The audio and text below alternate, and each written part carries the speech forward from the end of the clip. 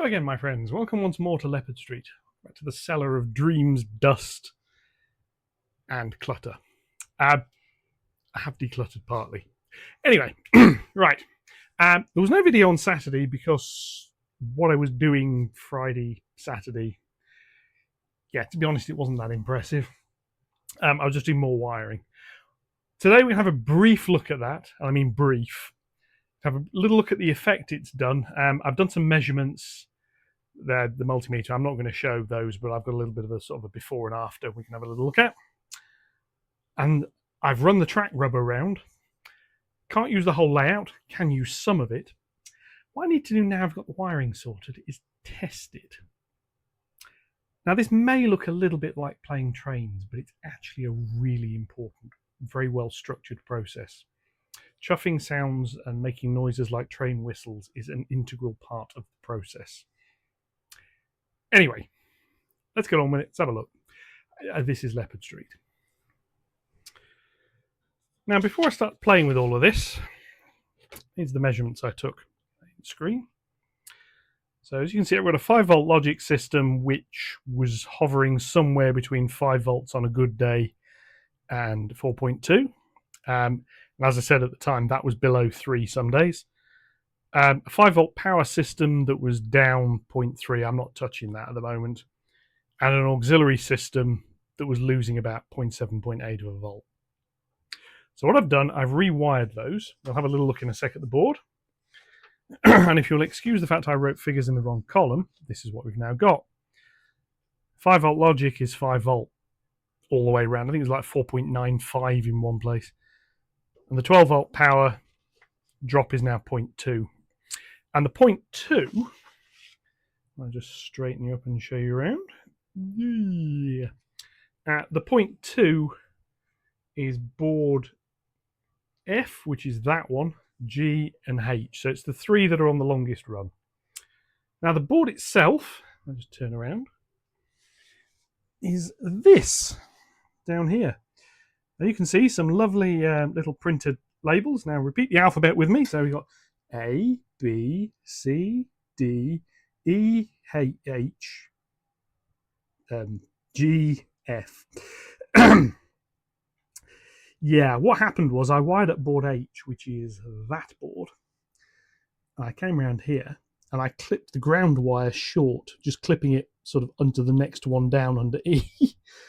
And it won't fit. So hence I've just moved them around a bit. 2-color 3D printing. Yay, love it. Over here looks reasonably neat and tidy. I've not put the covers back on yet, but there we go. This side here is a little bit of a mess.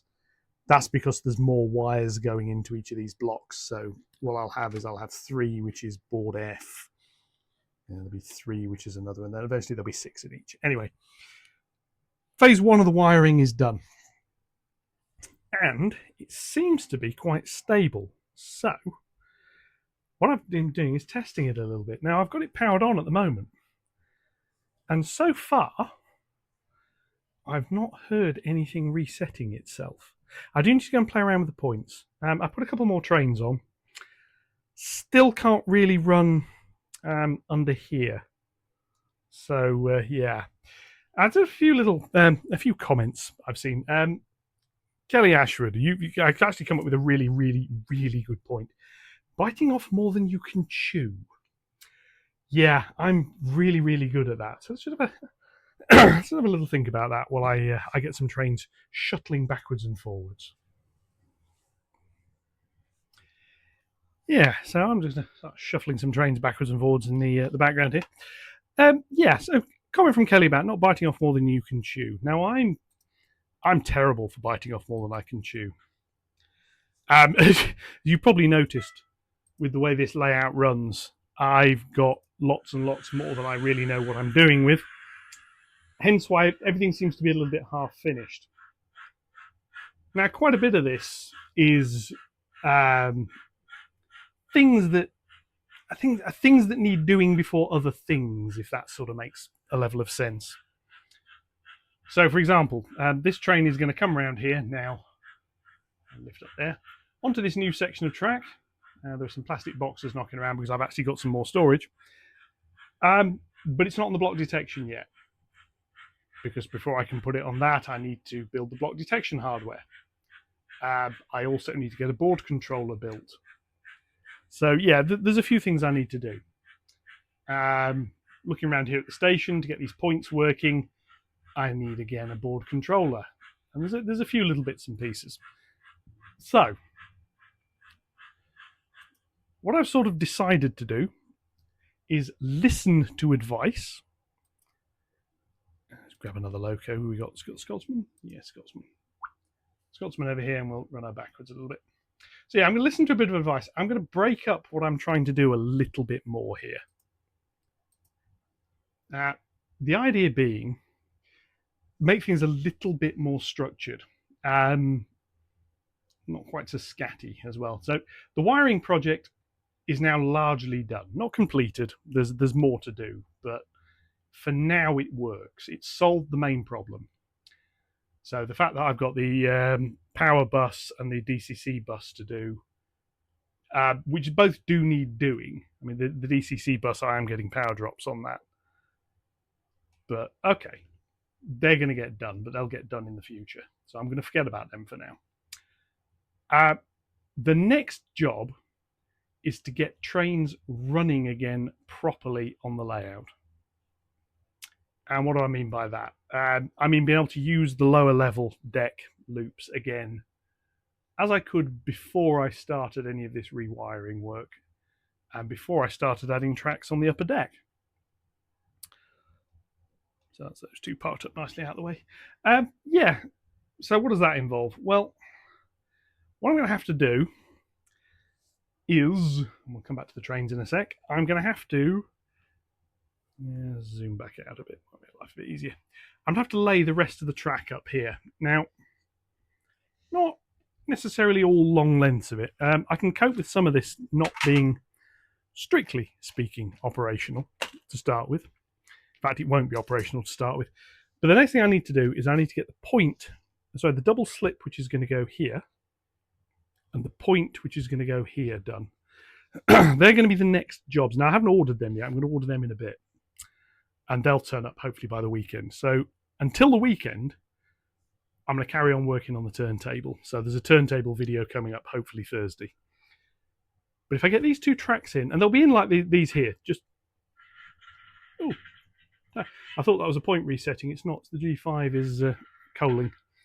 So what I'm going to do, I'm going to get them in like this. So not motorised, but I want them in.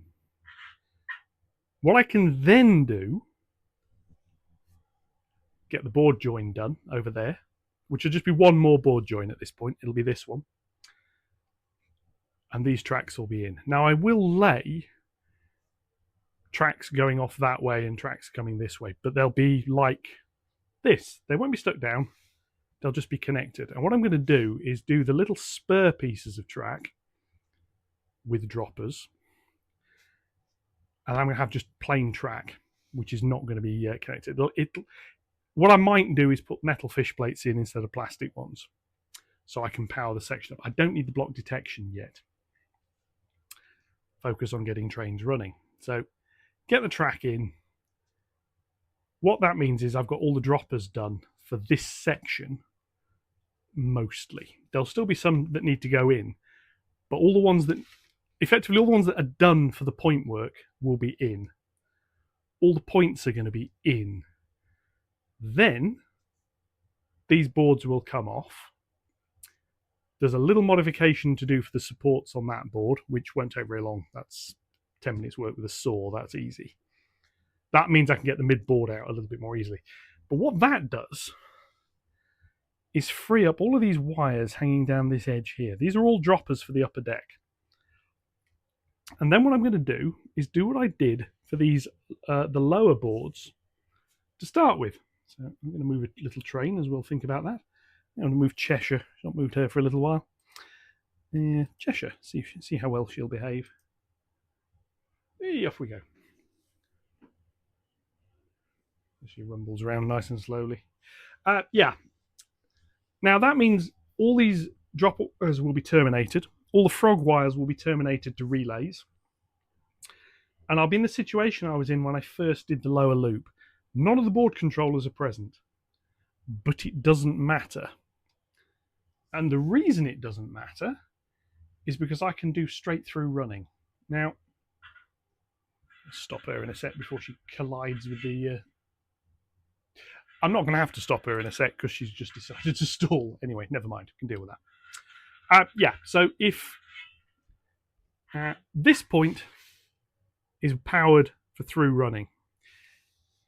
Now, normally I set these up so the relays are unpowered is straight, which I could still do, but it means instead of coming in on the main track here, the train will come in on platform 1, which I'm not that keen on.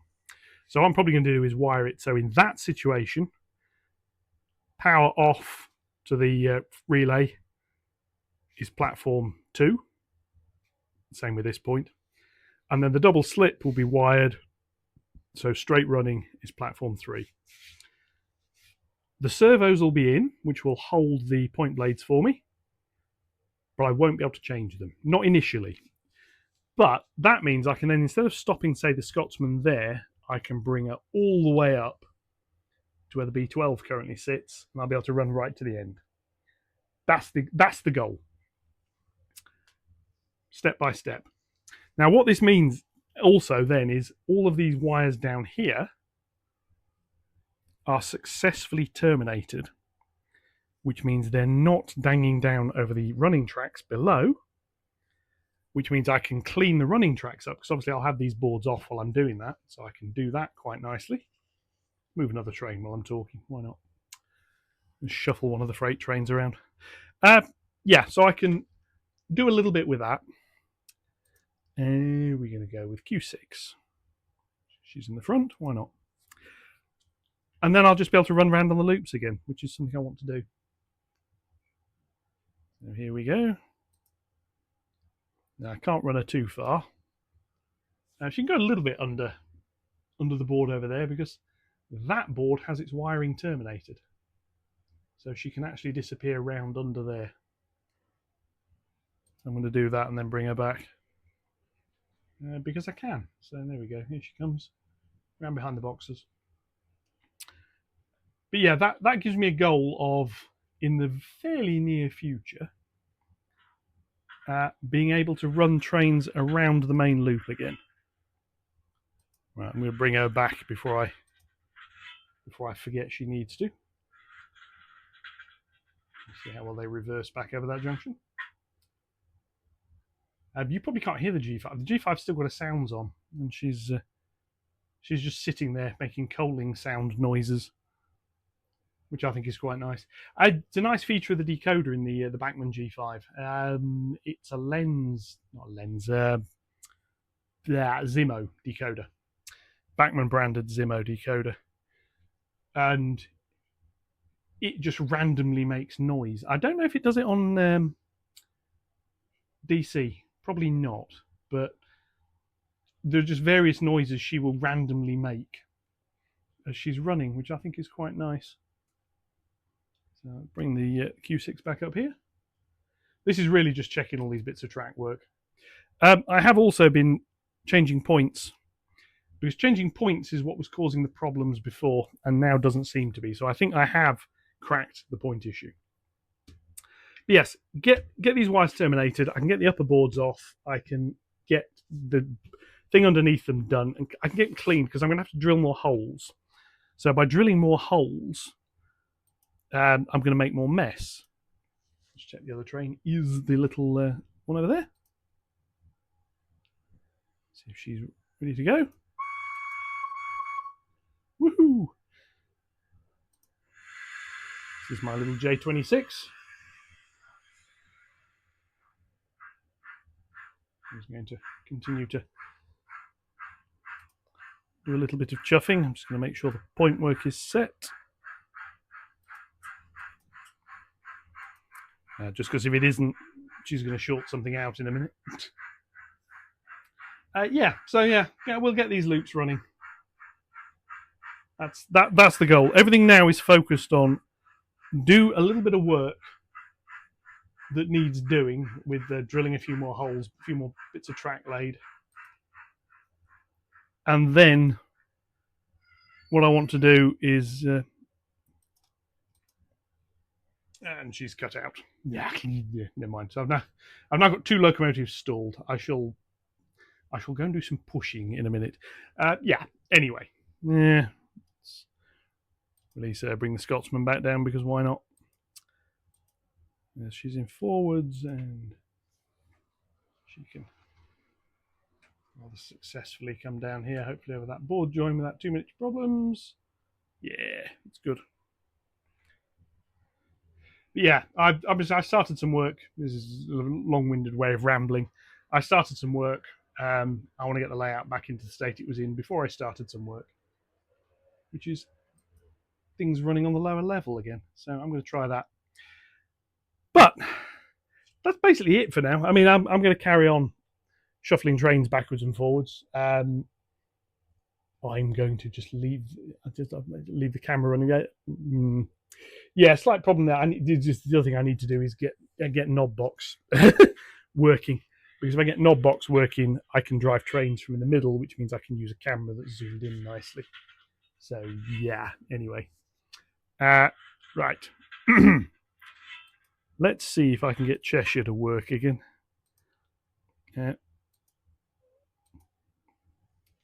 With the classic.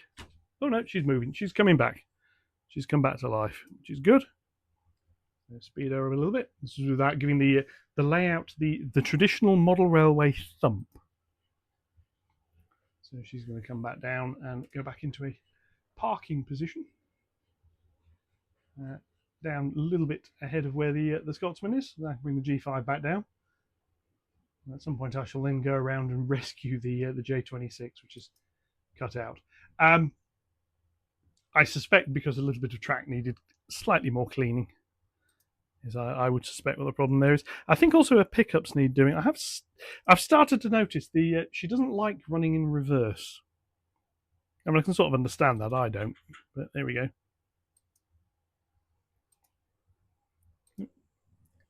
Here we go. We're there. So she's going to go off.